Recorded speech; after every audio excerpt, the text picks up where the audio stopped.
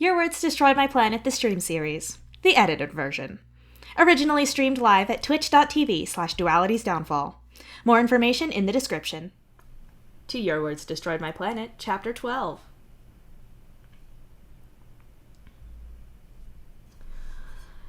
The mission is going to take a while, and you've been through enough that you know what you'll miss when you're out there.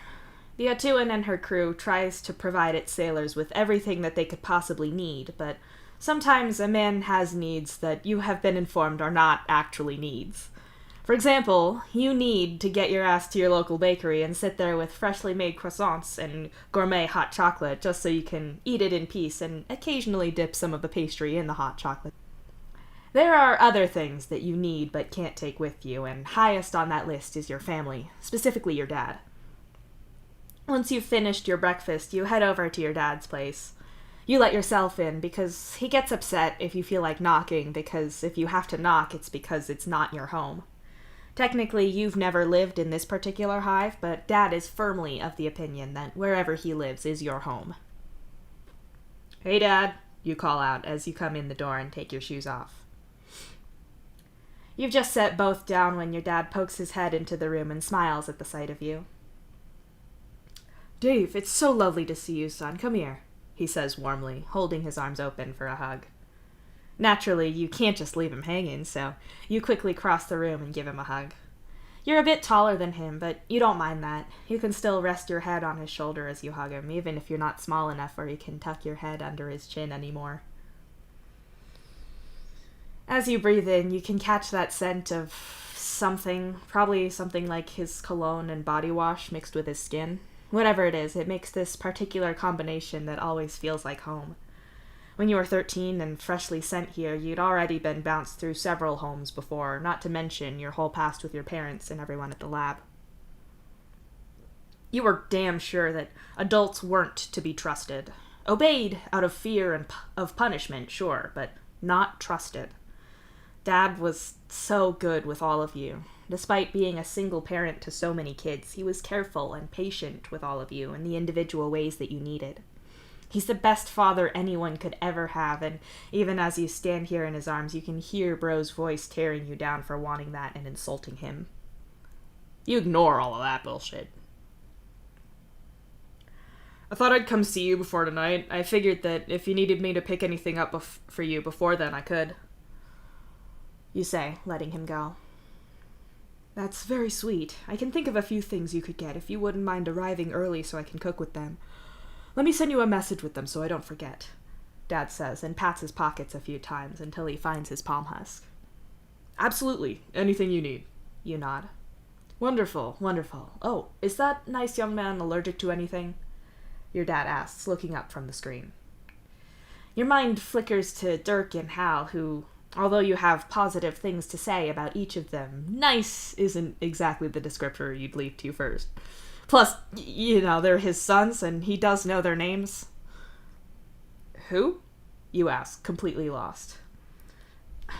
"The one Hal brought to the wedding. He lives with you. It's, some S name of some kind. This is gonna drive me nuts if I can't remember it."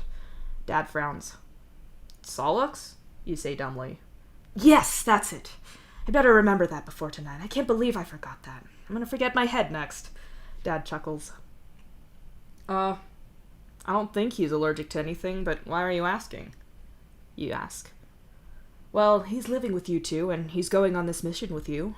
You know, not all trolls keep in touch with their Lucii, and June said that he and his mate spread broke up, so the thought of him all alone in your hive when we're having our traditional family send-off just doesn't sit right with me. I asked Hal about him earlier, and he invited him, so he's coming along. I just don't want to make anything he can't eat," your dad explains. "You know he's not dating Hal, right?" you ask slowly and suspiciously. "Oh, of course, I was wise to that trick on the day of the wedding, but I wasn't going to make Hal lose face like that." Dad laughs a little. His prankster's gambit always was the sharpest. "I don't have a problem with it or anything. I'm just a little surprised, I guess. We've never even brought partners to the traditional good luck being shot at an alien planet meal and get-together," you say in surprise. "Jake and Jade have their own traditions with their grandmother. I wouldn't want to get between that. This is about us supporting you, and your friend is doing the same thing, so it seems awful to leave him out right before this. He's probably nervous," he says, with that same overflow of empathy that led to him adopting 5 kids because he felt he could help and therefore he should. "Hey, I'm not saying no. I'm just surprised. I'm sure you'll like him if you get to talk to him, though. He's pretty cool, even if he can be kind of an ass sometimes, but he's Carcat's best friend, so that's a given.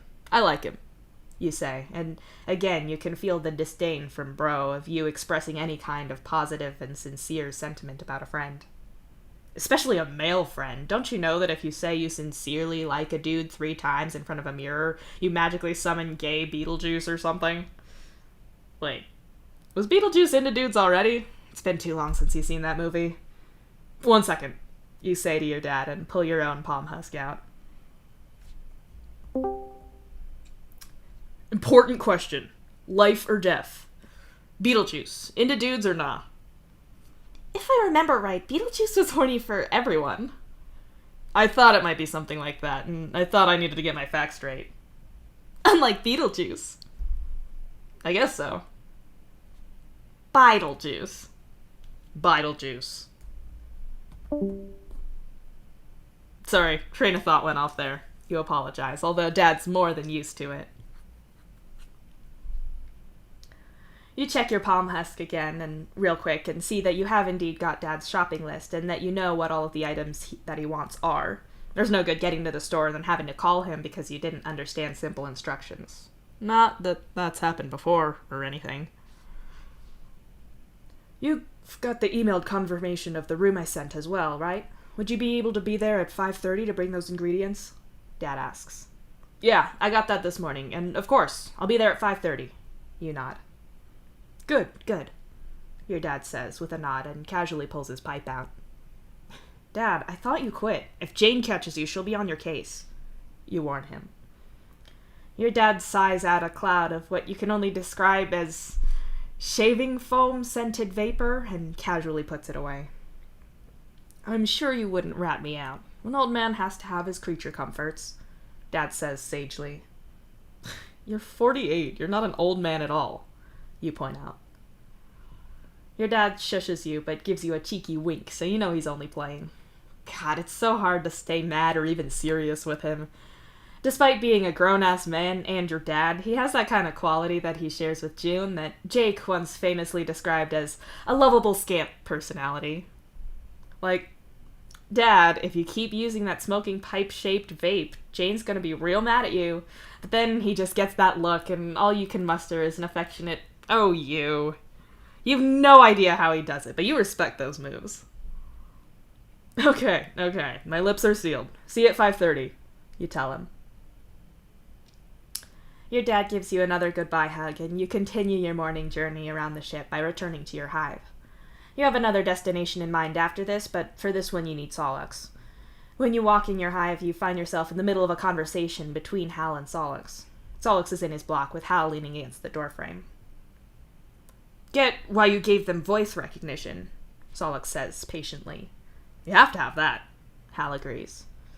"And I understand that you have to adapt that to understand natural speech, so you need idioms, accents, names, and references in there so it can hold a conversation. I get that," Solix goes on. "For sure," Hal nods. His eyes flick to you for a moment, and you catch that glint of mischief in his eyes. "But what I need to know is why you encoded a subroutine where if there are 2 devices running that software nearby, and they hear the phrase, 'Hi, my name is,' in any subroutine, they'll begin rapping a song that I have had to look up and found out was originally in English from some long-dead Earth rapper. The fact that, on top of that, they alternate lines back and forth, and I had to test this several times to make sure that they'll do the whole rap in whatever language they detect you using. Why did you do that?" Solix asks, with his tone edging to despairing hysteria. "2 reasons. Because I could, and because it's funny," Hal answers him simply. "I hate you so much, and I hate me so much more for entirely understanding that logic," Solix groans. "Does Dirk know about that?" you ask as you walk over there. "No," Hal smiles darkly. "I'm not fucking telling him. I had to work that out myself, and if I'm cursed with that experience, I'm sure as shit not saving him from it. It's like those stupid fake links you used to send me all the time, that Rick whatever. You know that's in troll manuals about humans, right? Some ancient human tradition that somehow every human thinks is the funniest shit ever? Solix says sharply. I can't believe you tarnished the hallowed name of Rick Astley like that. He'll be the last bastion of human culture, and I bet you money that someone left a Rickroll time capsule on Earth just in case the planet somehow survived. Hal says. That's a safe bet. Anyway, Solix, I hear you're coming to dinner, you say. At that, Solix looks a little uneasy, glancing up from his seat to where Hal is standing in the doorway. Yeah, Hal said. He said it's a family dinner and it's tradition, but you don't even bring partners, let alone friends, so... Solix doesn't quite voice it, but he's wondering why the hell he's been invited. Dad said that since you're going off with me on this mission, it's not right to leave you out, and it's also not right for you to be left here alone on your last night before quarantine. So, you can come join the chaotic Strider-Egbert family send-off dinner. Dad's cooking, and his food is great, you tell him. Oh god, I've been thinking about that for days now. Nothing beats Dad's food, nothing at all. Hal groans, and you have to nod and agree with him there. Dad is just the best there is, and that's all there is to say on the matter. I'd really be fine on my own. I don't want a gatecrash or anything, Solix says, interrupting you and Hal imagining your dad's food later. Nah, it's not like that. He just wants to include you. It'll be great, really, Hal says, and you nod in agreement. If you're sure. At least it means I don't have to figure out what I want to eat tonight, Solix says with a shrug. Excellent. Now, come on. Grab your swimming stuff. I've got a surprise for you, you say, and hurry into your own block to grab the same things. I'll be unsurprised if it involves swimming now. Why are we going swimming? Solix asks. Surprise! You shout back as you shove your things into a bag. He's not going to tell me, is he? Solix asks. Pretty sure he'll just say surprise in a variety of volumes, voices, and amusing accents if you keep asking. Based on my experience, anyway. Hal tells him. Just because Hal said it, you try a few different ways of saying surprise out, eventually stopping when a scowling Solix emerges from his block with a bag under his arm. If I come with you for whatever this is, will you shut up? He demands. No, you and Hal say at the same time. Will you at least stop saying surprise? Solix pleads. That I can do, though I fully reserve the right to resume annoying you when I feel it'll be too funny to resist doing that, you inform him. Why the fuck do I like you? Solix mutters. You gasp in faux shock with, admittedly, an actual flutter of sincere happiness that he verbally admitted to liking you. Look, Solix is a prickly customer sometimes, so having actual on-the-record confirmation that he does like you is nice. He likes me, you whisper to Hal.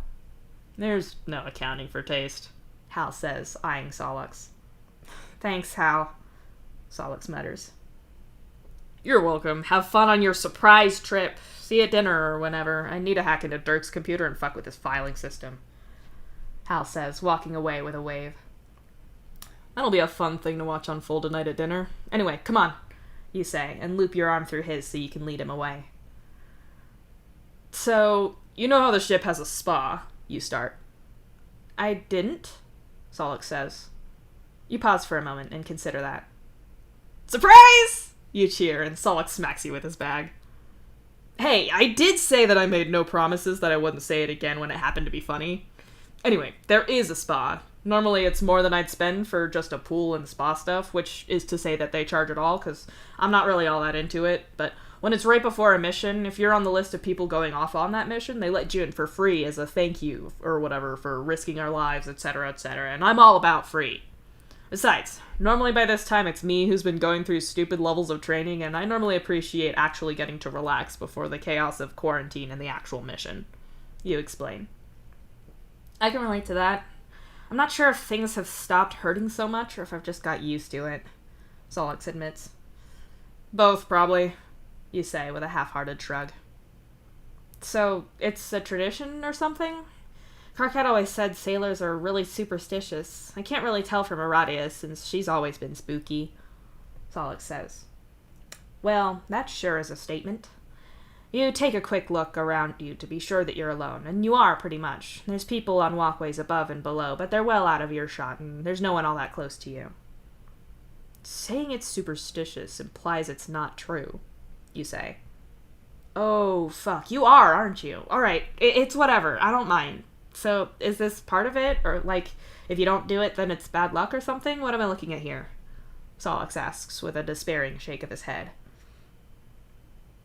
It's nothing like that. It's just a nice tradition.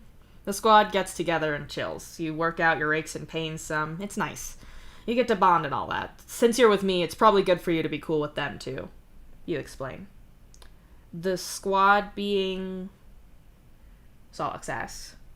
We're not an official unit or anything, but we're all jack-of-all-trade types, even if we've each got things we're better at. So, there's Asdaja, he's our psionic, up until now, which is super helpful, because a lot of the tech we have can be recharged with psionics. He's also really tactical and a great scout. You begin. I knew that from the specs I've been reading. I figured it was another point in my favor for the captain picking me. Solix says. Probably didn't hurt.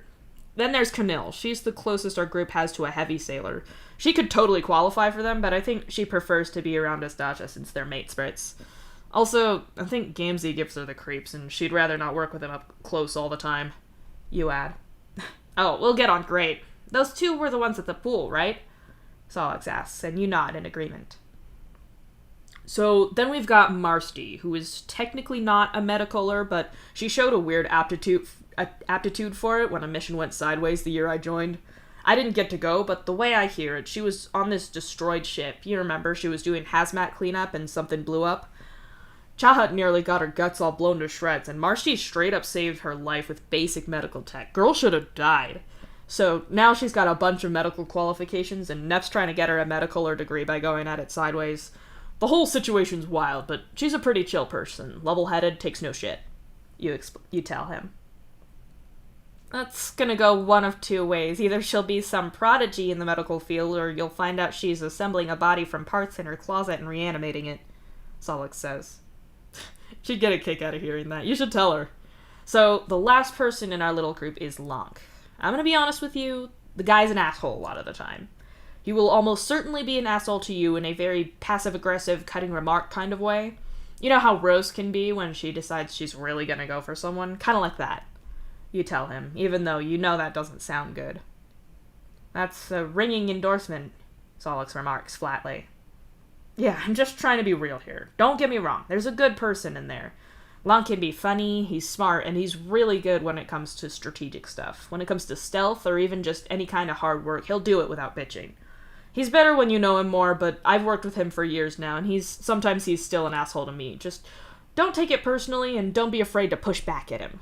Yeah, he outranks you, but it doesn't mean he gets to treat you like shit, and don't think us all being cool with him means we agree. I'm not trying to excuse the dickish behavior by saying, oh, he's got a pusher of gold in there, because sure, he does, but there's all that exterior, too. You warn him. Glad I know that going in, I guess. He's not one of those people who's a jerk to people, and the moment you say anything back, he goes and cries about it, is he? I hate that. Solix grumbles. Nah, if anything, pushing back makes him respect you more. No one's gonna call you out for talking shit to Lonk, least of all Lonk, you assure him. You only ended up getting anywhere with Lonk when you decided that you didn't care if he liked you or not, and let the things he said slide off of you, and occasionally took a shot of your own at him. It's a weird way of being someone's friend. It's like platonically pitch flirting. Still, it works, and even though Lonk would still tell you that he wouldn't be caught dead in what you're wearing, you do know that he'd save your life without a second thought. You know that if pirates attacked you, he'd unleash hell on them for you. You like to think Lonk's a good person, even if he's definitely not a nice one. What about Jade, then? Solix asks, interrupting your thoughts about Lonk's true nature. She comes along sometimes. Normally she goes first thing, though, because she has this whole cultural and spiritual thing that she and Jake do with their grandmother. I don't know the details of it, because it's not my culture, not my business. If she wanted to share it with me, then that'd be one thing, but I'm Mexican and Spanish. That's my history, and I've lost a bunch because my family didn't hold on to all of it, so I'm happy she's got hers. You tell him. I still can't believe how many cultures Earth had. Trolls were pretty homogenous culturally, and we only had 2 languages. Maybe it's because we had the internet for longer, or because in space we were all the same. I don't know. You're all so different, Solix says softly. In the time the two of you have been talking, you've pretty much arrived. He nearly walks past the turning you need to make, so you catch his elbow and pull him along towards the spot. As soon as you get there, you both flash your IDs, and the human woman on the desk smiles at you both and starts giving you the rundown of the place as she leads you to the changing area. You've heard it a million times before and met her before, but for Solix it's his first time, and he probably appreciates getting to see the map and having it explain to him everything that the place has and where it all is. With that done, you lead him into the changing area and try to remember where you were conversationally. What was I saying? Oh, yeah, culture. Trolls probably had more before all of that. I guess, at least, you don't miss the things you don't know about. There's a lot of stuff that my parents didn't care enough to pass down, or we knew of it but never did it. Dad was always really good about trying to get us back into our own cultures, like Rosa's quinceañera.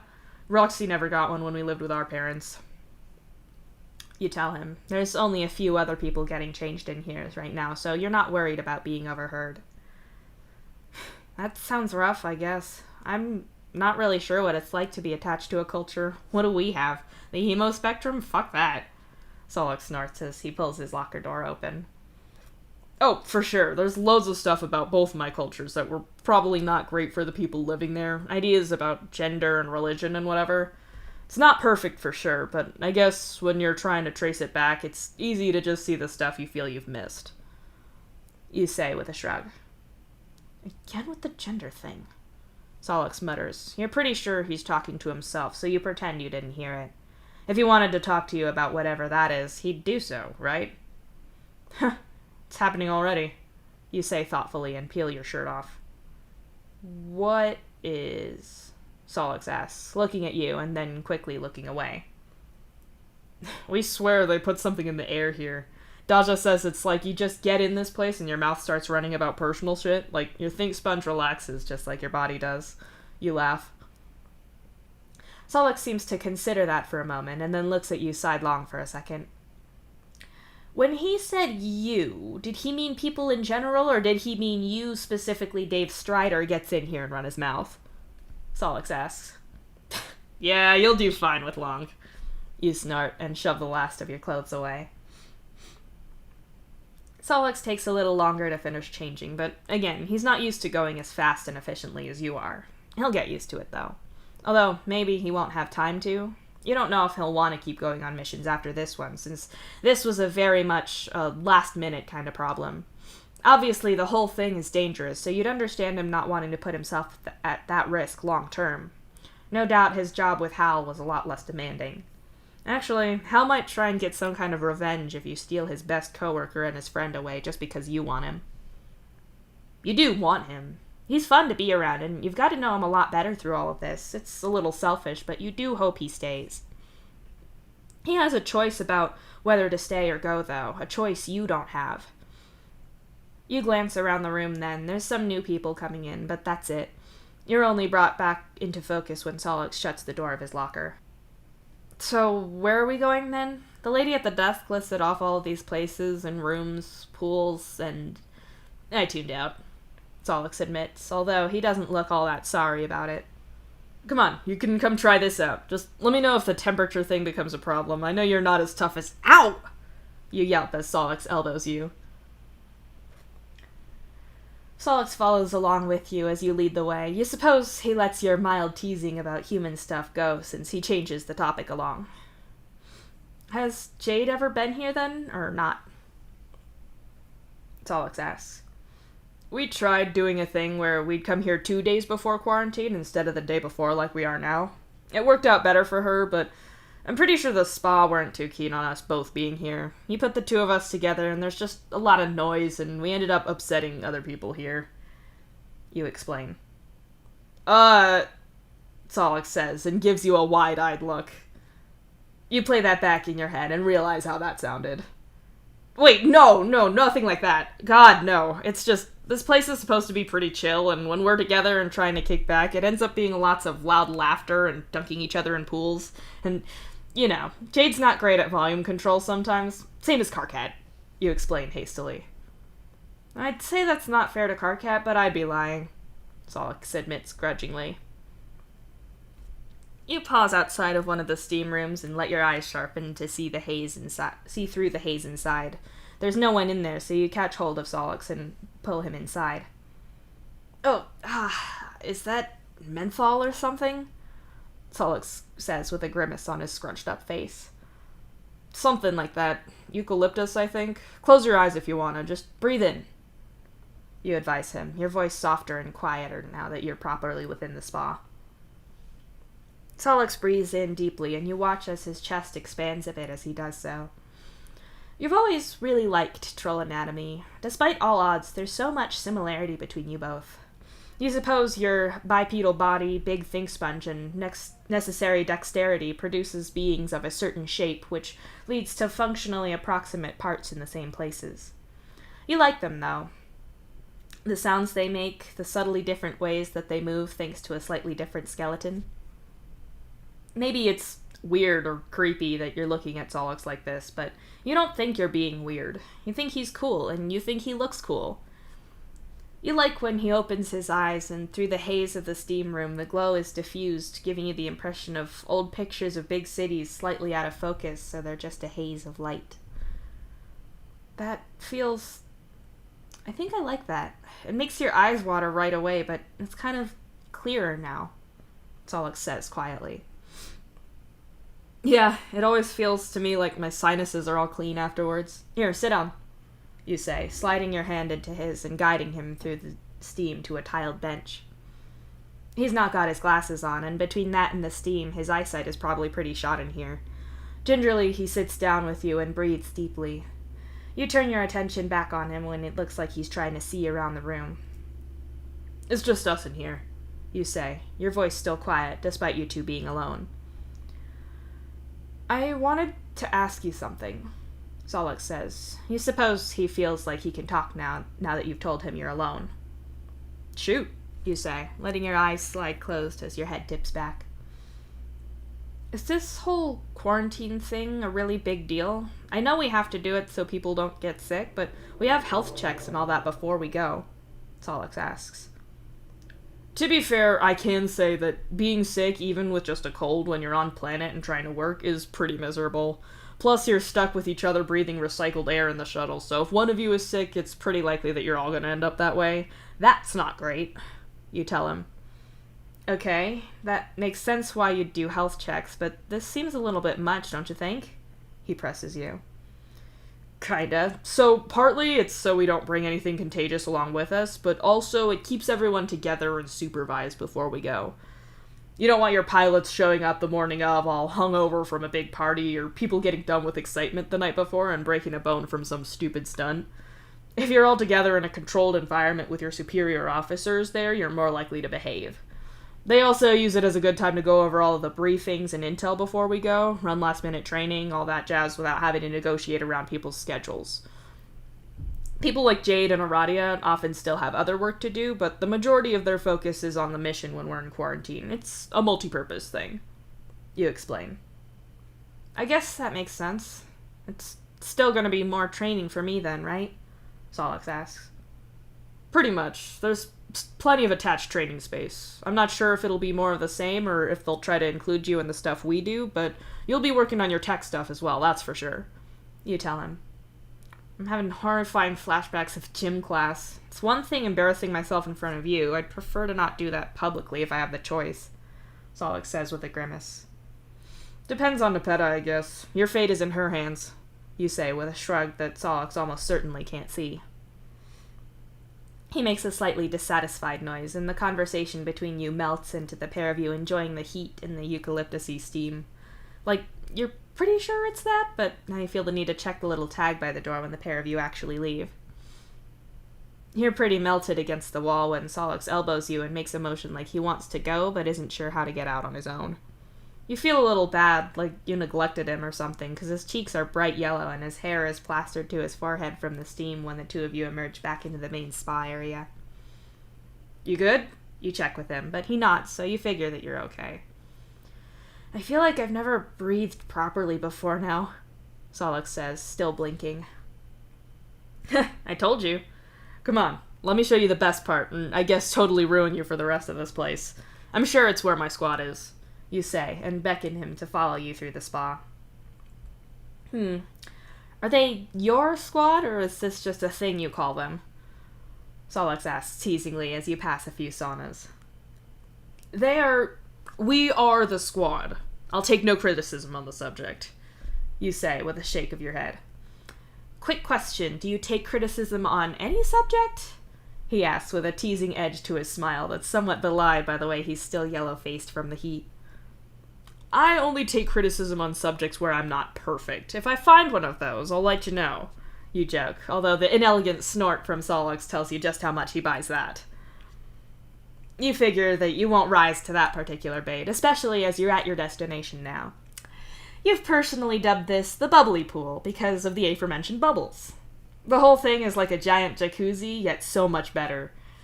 People try to tell you that the pool has an actual name, but you're pretty insistent on using your own name for it. Marsty, you say cheerfully as you walk toward her. Marsty is floating on her front in the pool with her head pillowed on her arms on the edge of the pool. One of her dark red eyes opens ever so slightly to look at you. Hey, Dave, she greets you.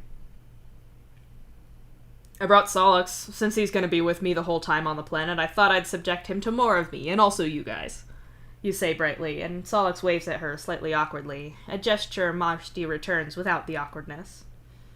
How thoughtful. Get in, the water's great as always, she sighs. Where is everyone else, anyway? You ask as you slip into the water. Solix is just able to just float over and lower himself in that way, and it looks far more graceful than your move. Astasia and Conil are around somewhere, and Lunk is in the sauna warming up his cold, dead blood pusher, Marsty says, with added volume at the end there. Looking around, you manage to pick out Lunk's shape through the tinted glass as he gets to his feet, although him opening the sauna door seems to surprise Solix a little, who hadn't spotted him even before then. Marsty, face like an angel, voice of an air horn going through a wood chipper. So kind of you to speak of me, Lunk says, his voice dripping with insincerity. Dave, he says, nodding in your direction. Lunk, my good bitch, you say with a nod. How dare you? I'm the best and baddest bitch. I see you brought a nerd, Lunk says, slipping into the water and eyeing Solix. Yeah, Solix agrees, because he clearly doesn't consider that a burn. Lunk gives Solix an assessing once-over, and Solix looks back, entirely unaffected. Did I hear wrong, or are you Aradia's ex-flush? Lunk asks smoothly.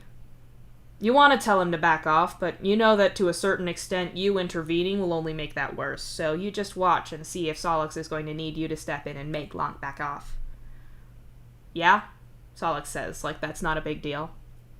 Really punching above your weight there, weren't you? Lunk says with a mean smile. No shit, my ex is hot, what of it? Solix snorts. My point was that you are not, thus you two being together was surprising. Would you like this in a larger font, darling? Lunk says faux sweetly. I'm sorry, was I meant to be surprised at an entirely uncontroversial assessment of how I look? You're aware mirrors exist. This isn't news to me. Yes, my ex is hot, I'm not. I still broke up with her, and there's not a lot of drama there. We're still cool with each other. Any other obvious statements you want to make about it? Solix shoots back.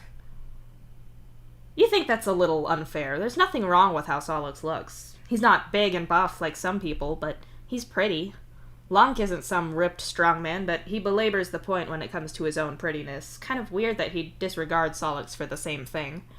If anything, Solix clearly doesn't have to put effort into looking like that when Lunk clearly works very hard on it. There's likely nothing to be gained from interrupting with that, so you keep those thoughts to yourself. Why did you break up then? Lunk asks.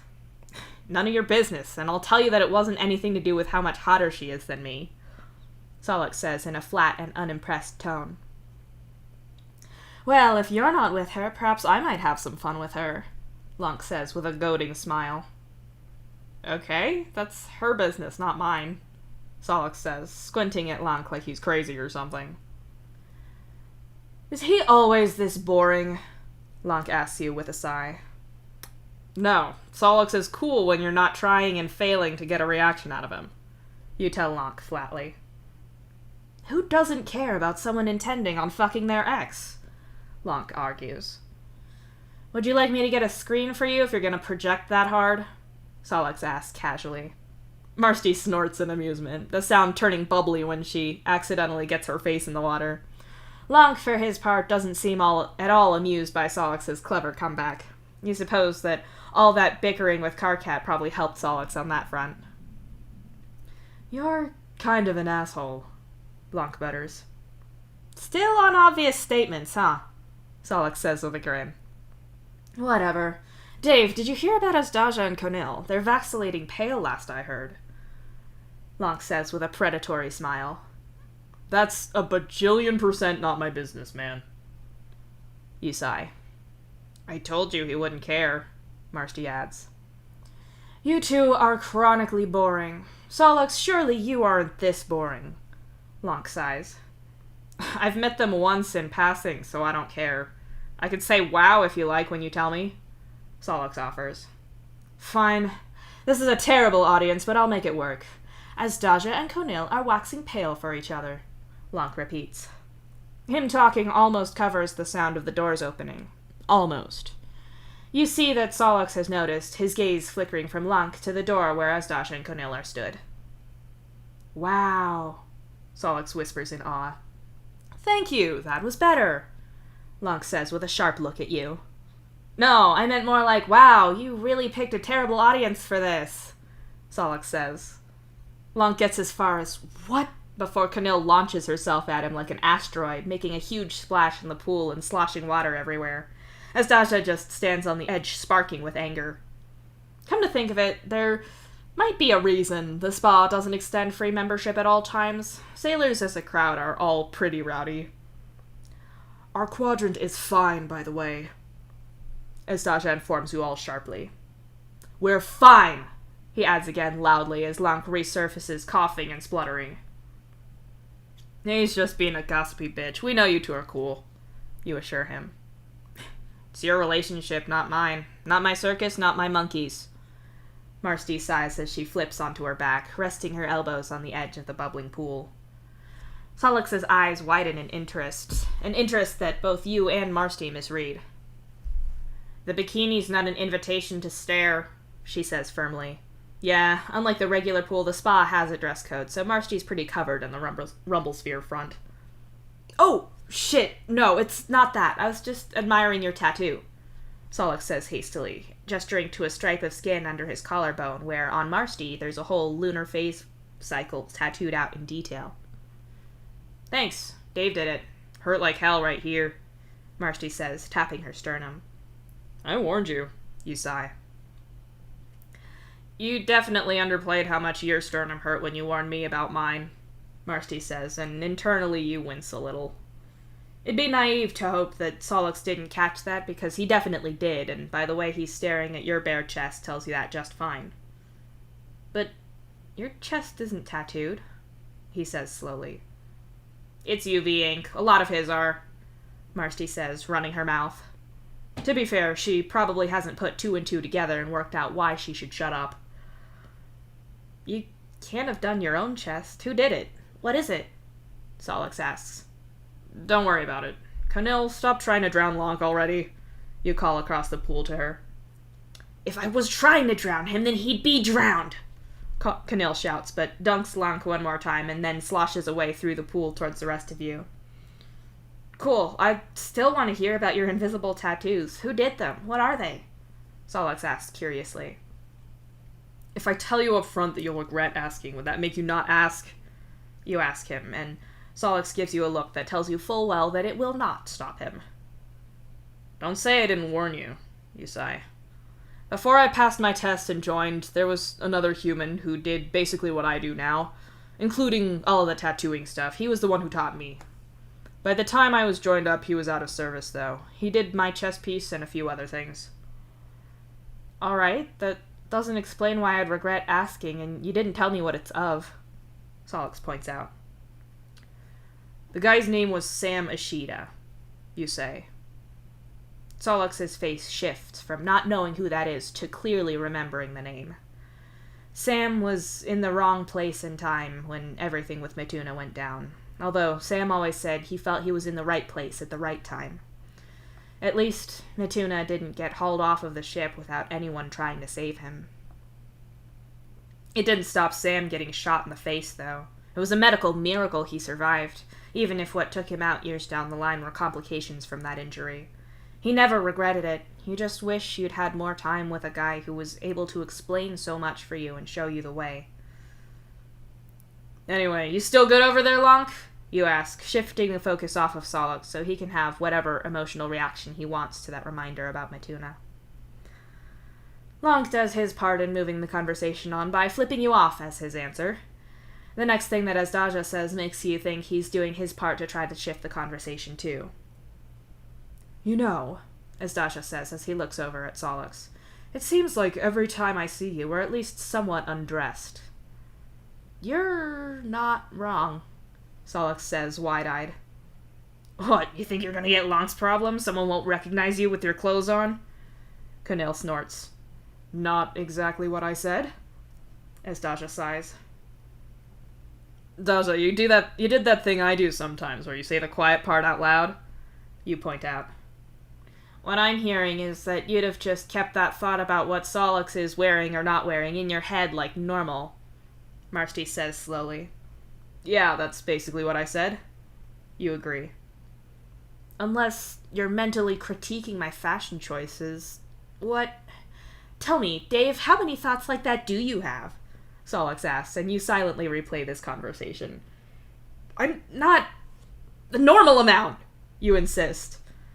Well, I, for one, am with Dave on this. I think about people with and without their clothes all of the time. Lonk purrs. Not helping, you protest. No, we want to know! Kunil insists with a loud laugh. Marsti, the saint that she is, must pick up on your mood because she pulls herself out of the pool and sighs deeply. This is why they don't invite us here all the time. You know that, right? Marsti says with a look at the others. Anyway, Sollux, she goes on as she looks at Sollux. How are you feeling about the big mission? Sollux makes an uncertain noise and sinks a little lower in the bubbling water as he seems to compose his answer. Mixed, I guess? On one hand, it's pretty exciting, and I obviously want to help. I put in all this work to try to make it, and I passed the tests I had to so I could fly. So I would say that I'm excited, but I know there's a lot I don't know. Also, I've never been off the ship, and the way I understand it, I'm getting my psionics taken away, and then I get jammed in a metal tube with what is effectively a whole bunch of explosives, and shot at a rock hurling through space. That's a little unnerving, Sollux says. If it helps, I never think there's any point worrying about what might happen in those situations. You'll either deal with it in the moment, or, if it goes super wrong, then you just explode and never know about it. You tell him brightly. That is the most Dave thing you have ever said, Lonk says flatly, but he would because he's the exact opposite of you. It's not like I can't see a certain kind of comfort in, like, nothing matters, the only certainty is death, now watch this sick acrobatic stunt I'm gonna do. That's fine, Sollux says. Optimistic nihilism! Excellent life philosophy or a horrible coping mechanism? Ask my psychologist sister never, and instead go on cool adventures! You say with a wild grin. That's concerning, but I'm ignoring that for now. I can put aside the whole horrible death by explosions thing when being shot at a planet, Sollux goes on. Technically, we dock with the space station first, but go on, Azdaja cuts in. Right, I can ignore that, but I guess I just hope I'll do my job well enough and that I don't become a popsicle down there, Sollux says. Wait, you hope you don't become a popsicle down there as in on the planet, or... you know, down there? You ask with a raised eyebrow. We're back to saying the quiet thoughts out loud again, Azdaja says with a smirk. It's fine. We've been friends since we were 13. I can tune it out like white noise at this point, Sollux says back right away. Shit, how many years until we can do that? Lonk laughs. Wait, you won't listen to Dave? Marsti teases, leaning backwards when you reach up to smack her in the arm. Just like that, Sollux slots in place to your little squad like he's always been there. He's got a quick enough mouth that he's fine with Lonk trying to bait him. He matches Marsty's chill and has a decent rapport with Asdaja and Kunil. He's gonna be just fine with them. Your group moves from pool to sauna to steam room. You get to watch Solux, Marsty, and Asdaja all but melt on the heated relaxation beds. Lonk sits with you as you all cover yourselves in special green mud and talk through a tattoo design he wants. Both your body and mind relax, and by the time you and Solux drift back to your hive, you're ready to take a nap. Time isn't on your side, however, and you eye your watch unhappily. I've got to pick stuff up for Dad and be at the event space at 5:30, so I really don't have time for a nap, you say unhappily. Consider this. We split the stuff you need to get it twice as fast, and get to have a nap first. Solix suggests sleepily as he drags his claws through his still damp hair. That's highly irresponsible. We could be fast, right? Hey, it could be more training. That way, when we suddenly have to roll out to fix something, you know what to do, you say weakly and sit down on the lounge plank. Solix yawns, stretches, and falls down next to you on the lounge plank in a splay of long limbs. I'm entirely okay with however you want to justify this to yourself if it means I get a nap, he says. Okay, but just 20 minutes, okay? You say, tapping at your watch to set the alarm. Solix makes a noise of vague agreement, his eyes already shut.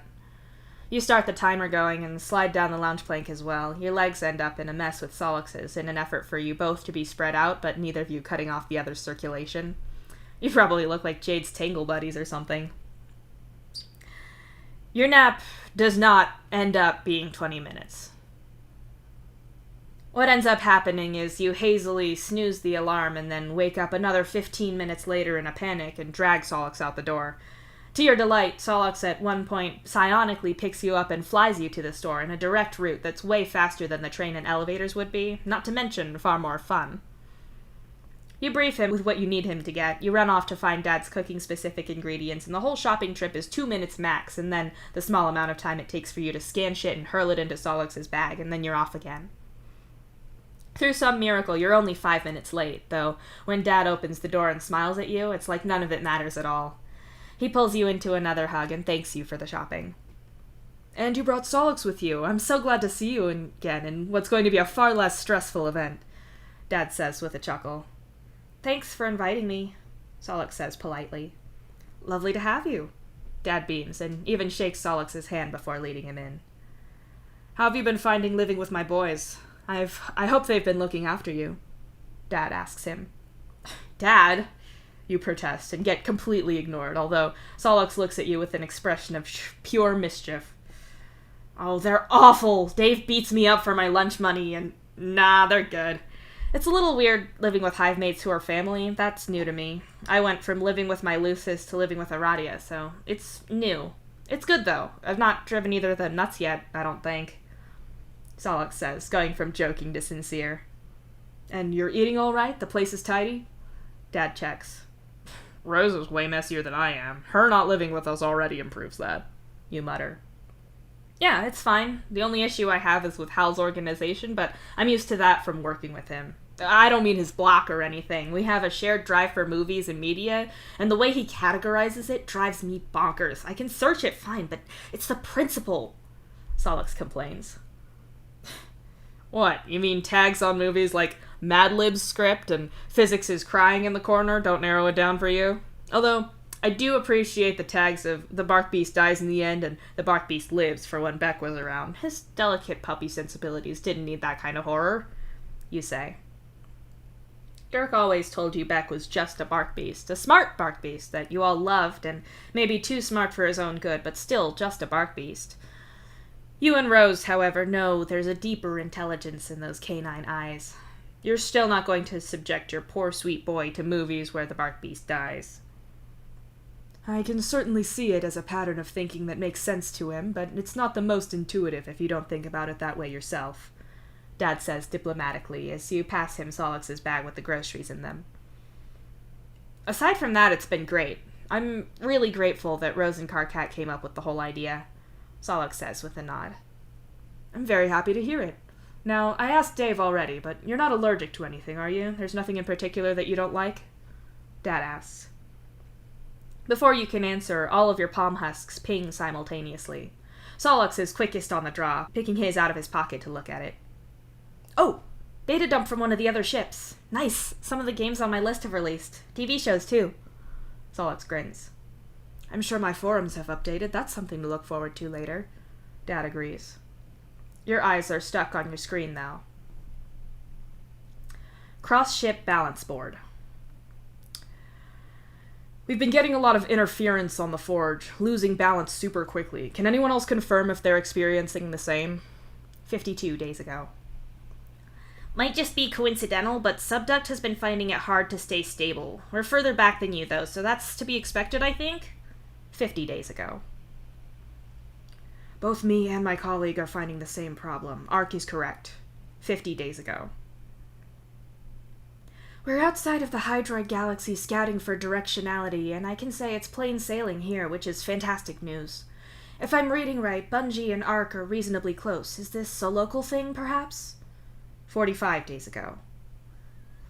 Awful lot of pirate activity at the edge, retreating due to unreality. 42 days ago. Lost LimeWire today, screaming about the future and trying to get into the reactor. Security shot her. 31 days ago. Oh, God, Marathon, I'm so sorry. Can anyone nearby reroute for balance? 29 days ago. Adjusting course to intersect with Marathon's projected path. Should be in tracking range in a day. 28 days ago. Negative. The Eversea destroyed. 27 days ago.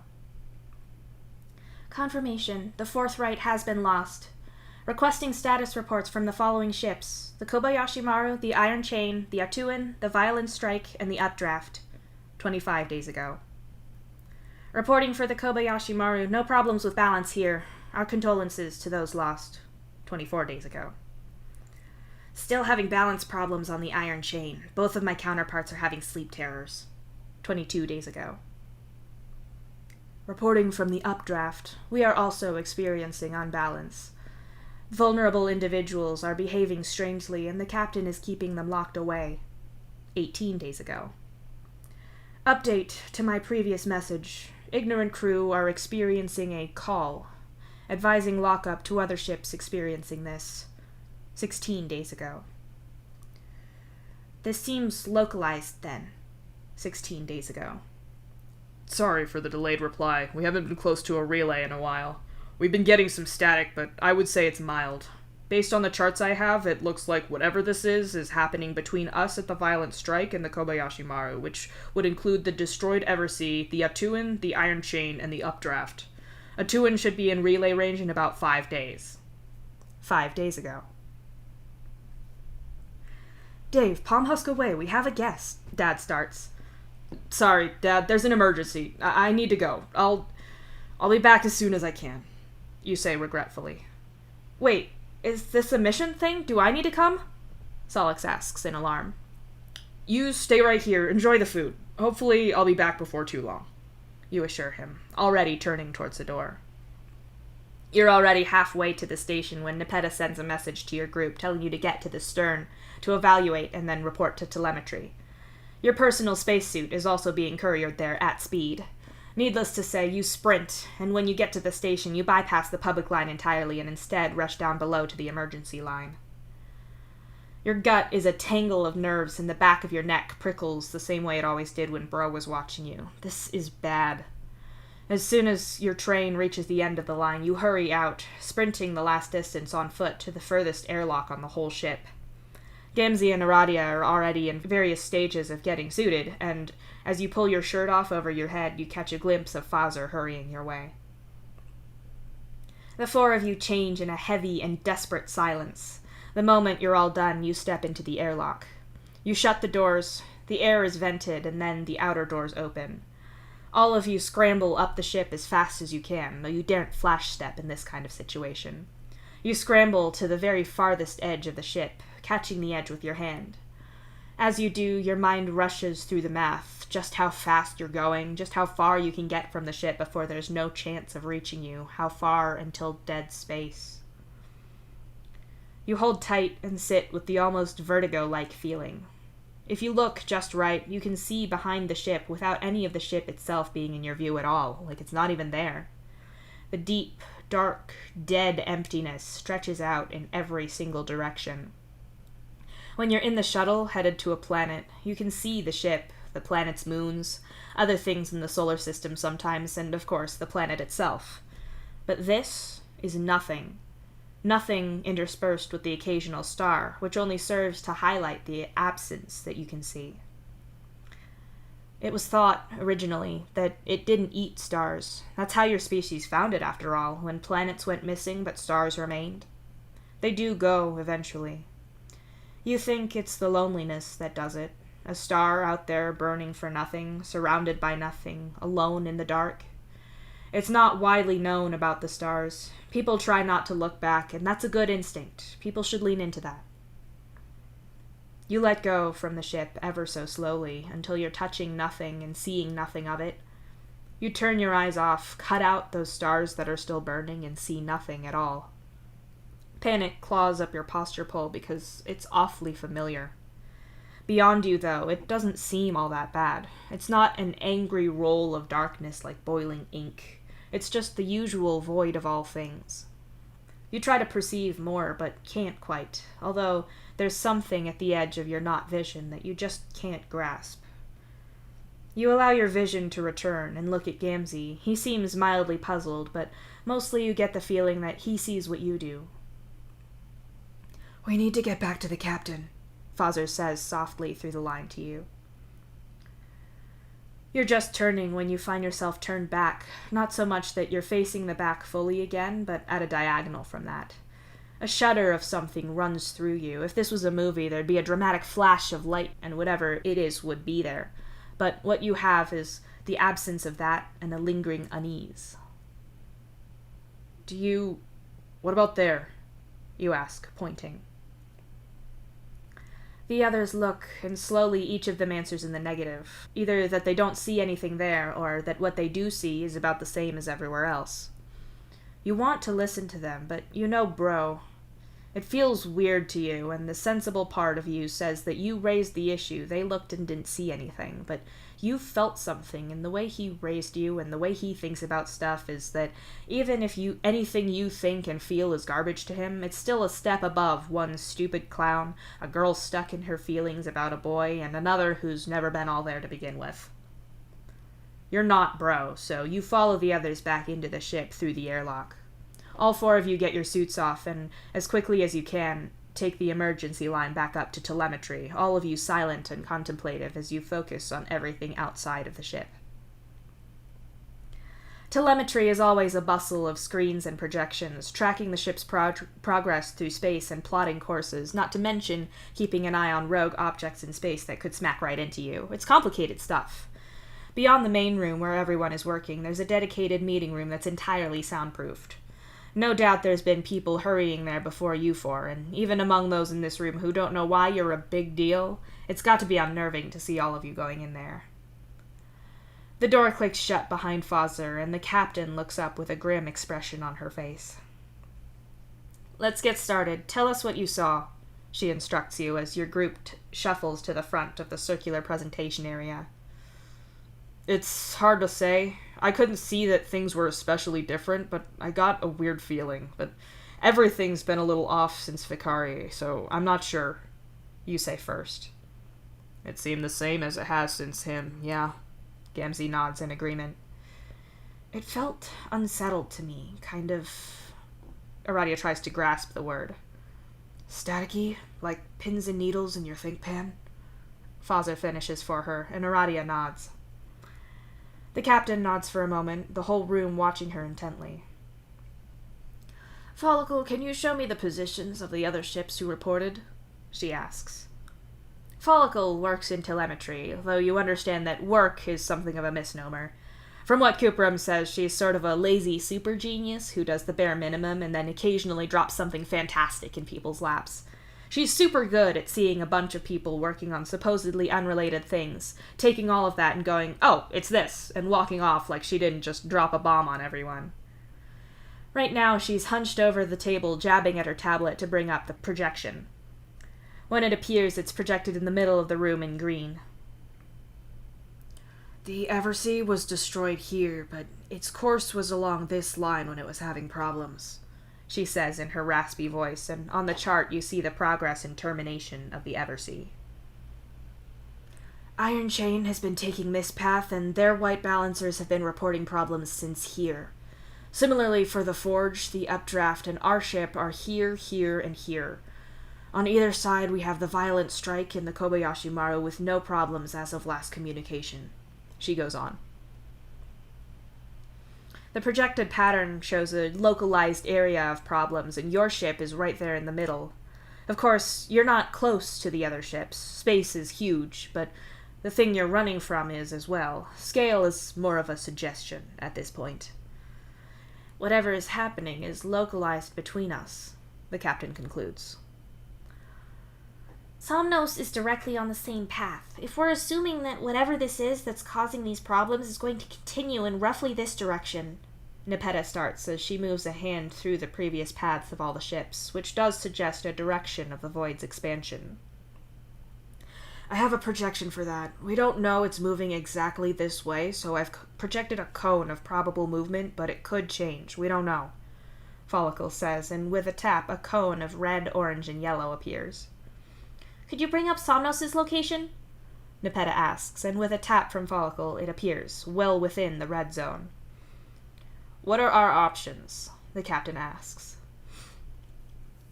Polypa decides to field this one, stepping out from the table to pace as she talks. First option, we assume that this is going to continue in the direction it seems to be, and that this is the void encroaching faster, but in a different way. If that's the case, then we jam as much power as we can salvage into the engines and burn ahead as quickly as we can. We skip Somnos entirely and move to get out of range of this as best we can. That does mean an inevitable loss of life for the Carapacians, Polypa says in a somber tone. The silence in the room is weighty and awful. No one should have to make these choices. Second option, we go ahead as planned. Our 4 balancers leave the ship with the sailors for Somnos, get as many resources as possible while we loop through the solar system unguarded and potentially unbalanced before picking them up again. If they don't make it because they're exposed, or we don't make it without them, then either way that causes a loss of life for the Carapacians. It could go perfectly fine, but we don't know. Polypa goes on. Is there a third option? The captain asks. I wanted to check with telemetry to see if there was a possibility of us orbiting Somnos. Polypa starts, but Follicle cuts her off right away. Not possible. We're far too big and going far too fast. We're not set up to be able to slow down that much in this short an amount of time, and if we did, we'd never get the speed up again afterwards to avoid being eaten ourselves, she says immediately. You can't even work anything to even see? Polypa tries. Conservation of momentum is a bitch, I know. Follicle shrugs. What about only sending one shuttle to Somnos? It'd cut down what we can retrieve, but we'd still save some extra lives instead of none. 2 of them can go down, 2 stay here? One of the scientarists, whose name you don't remember, suggests. Can't be done. The equipment that we're taking can't be cut down any more than it has been. Even if we account for fewer people on the mission, that'd only save a little space. I'd say we could remote pilot one ship if we made one totally cargo and doubled up people in the other, but aside from that requiring us to rip out the entire shuttle, which we can't do in this time, Somnos' interference problem would absolutely crash anything remotely piloted. It's not doable. You'd just bomb Somnos with expensive tech and leave the crew with no ability to get anything mined. It'd be worse than pointless. Malik answers from his position in flight engineering. We still don't even know what this is, and why does it only seem to be affecting the white balance? Someone else asks. You didn't get to see who it was. I don't know. I thought I was off balance for personal reasons, but with Vicari and all of this, I think it might not just be me, Aradia says softly. I felt different, but I assume it was just a result of the same thing, Fazer agrees. Nothing different with us. It's not our side, Gamzee answers. A horrible idea steals over you, and the more you think about it, the worse it gets. I think I have an idea. You're not gonna like it. It's crazy, and I don't like it, but I feel like I have to say it. You say, and all eyes are suddenly on you. Please, all ideas are welcome here. The captain nods. We can't not go to Somnos because we're doing millions, possibly billions to death. We can't stop entirely because then we all die and so do the Carapacians. We can't leave the ship unattended because you all die and then we do and then the Carapacians do. We can't remote fly a shuttle, can't go down to 1. You list off. What if we split up? Gamzee and Fazer stay here and keep the Atuan balanced, and me and Aradia take a shuttle each. You go on. Separate? You might as well wave a flag at it. Gamzee interrupts. Normally, yeah, but what if, instead of the normal distance we fly, we stick super close? If me and Aradia can balance out from one end of the ship to the other, then we could do that through different shuttles, maybe? You suggest. If you had even the slightest flight problem getting to the station, one of you could clip the other and blow up both shuttles, Malik says flatly. Right, but what if we don't, though? You say, hopefully. Malik, there's gotta be a range where it's safe. One where you're getting too close, then definitely too close, and then almost certainly going to crash. If they're not getting too close to Somnos' atmosphere for that and are just getting to the station, then what's the range of that? Follicle asks slowly. Malik looks at her for a long moment, and then his fingers fly across his keyboard for a bit. He tips his head this way and that as he types, all with a frown of deep concentration. Finally, he stops and looks up.